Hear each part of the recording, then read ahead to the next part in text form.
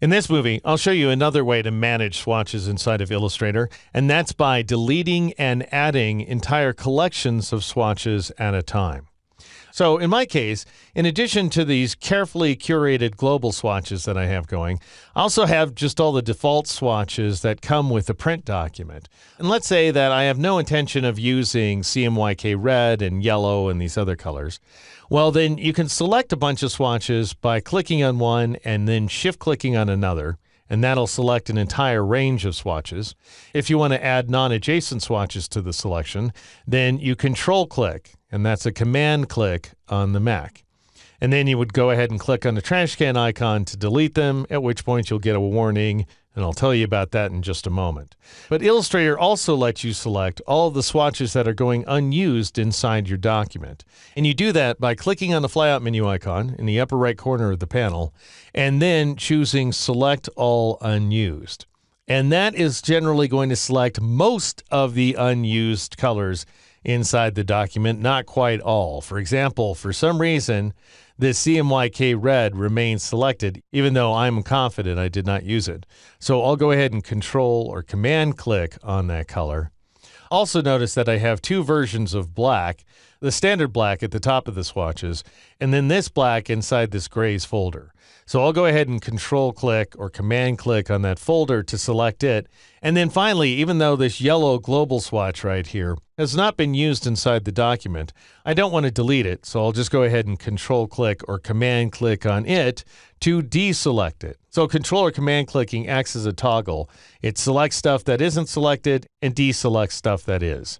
After which point you can go ahead and click on the trash can icon, and Illustrator will display a warning asking you if you really want to delete those swatches. Now, it's not very often in my experience that you go around accidentally clicking on things that look like trash cans. So here's a couple of ways to avoid this warning. One is to press the Alt key or the Option key on the Mac and click on the trash. And the other way is to go ahead and drag any one of these selected swatches and drop it into the trash can, and that will delete every selected swatch as we're seeing right here. Now I want to go ahead and save any colors that I am using inside the document but haven't gotten around to saving as swatches. And you can do that in a couple of different ways. One way is to just make a selection. So I'll marquee across a handful of these objects here, and then I'll return to the Swatches panel flyout menu and choose the command directly below Select All Unused, which is Add Selected Colors. So that's one way to work. The other way is to just deselect everything by clicking off the selection like so, and then returning to that flyout menu and choosing that same command, which now has a different name, Add Used Colors. And that will go ahead and add any colors that have not yet been saved as swatches. Now, in my case, Illustrator went ahead and saved a second copy of this pattern swatch. I don't need it, so I'll go ahead and click on it to select it, and then I'll Alt-click or Option-click on that trash can icon. But notice these other three swatches, which Illustrator created automatically for me, are automatically saved as global swatches, which is a great thing. All right, so I'm going to go ahead and reorder these guys. I'm going to drag this guy, this green swatch right there, to this new position. And I'll go ahead and double click on it and rename it green. Global is turned on, so that's great.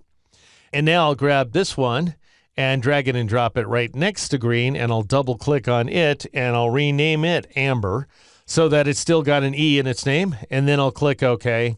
And then finally, I'll grab this red swatch right there, and I'll drag it and drop it right next door to the amber swatch. And the reason I'm putting these guys in this order is because this is the order that they appear inside the calendar. And now I'll double click on this item, and I'm going to make a few modifications. I'm going to turn on the preview checkbox for starters, and I'm going to click on the magenta value and take it down to 80. And then I'll take the yellow value down to 70%, and I'll take the cyan value up to 20% like so. And that just helps to settle that color down a little bit. At which point I'll go ahead and rename this color. Let's call it Deep Peach. And then I'll click OK. And that, friends, is how you automate the deletion and addition of swatches here inside Illustrator so that you have a more carefully curated collection of colors.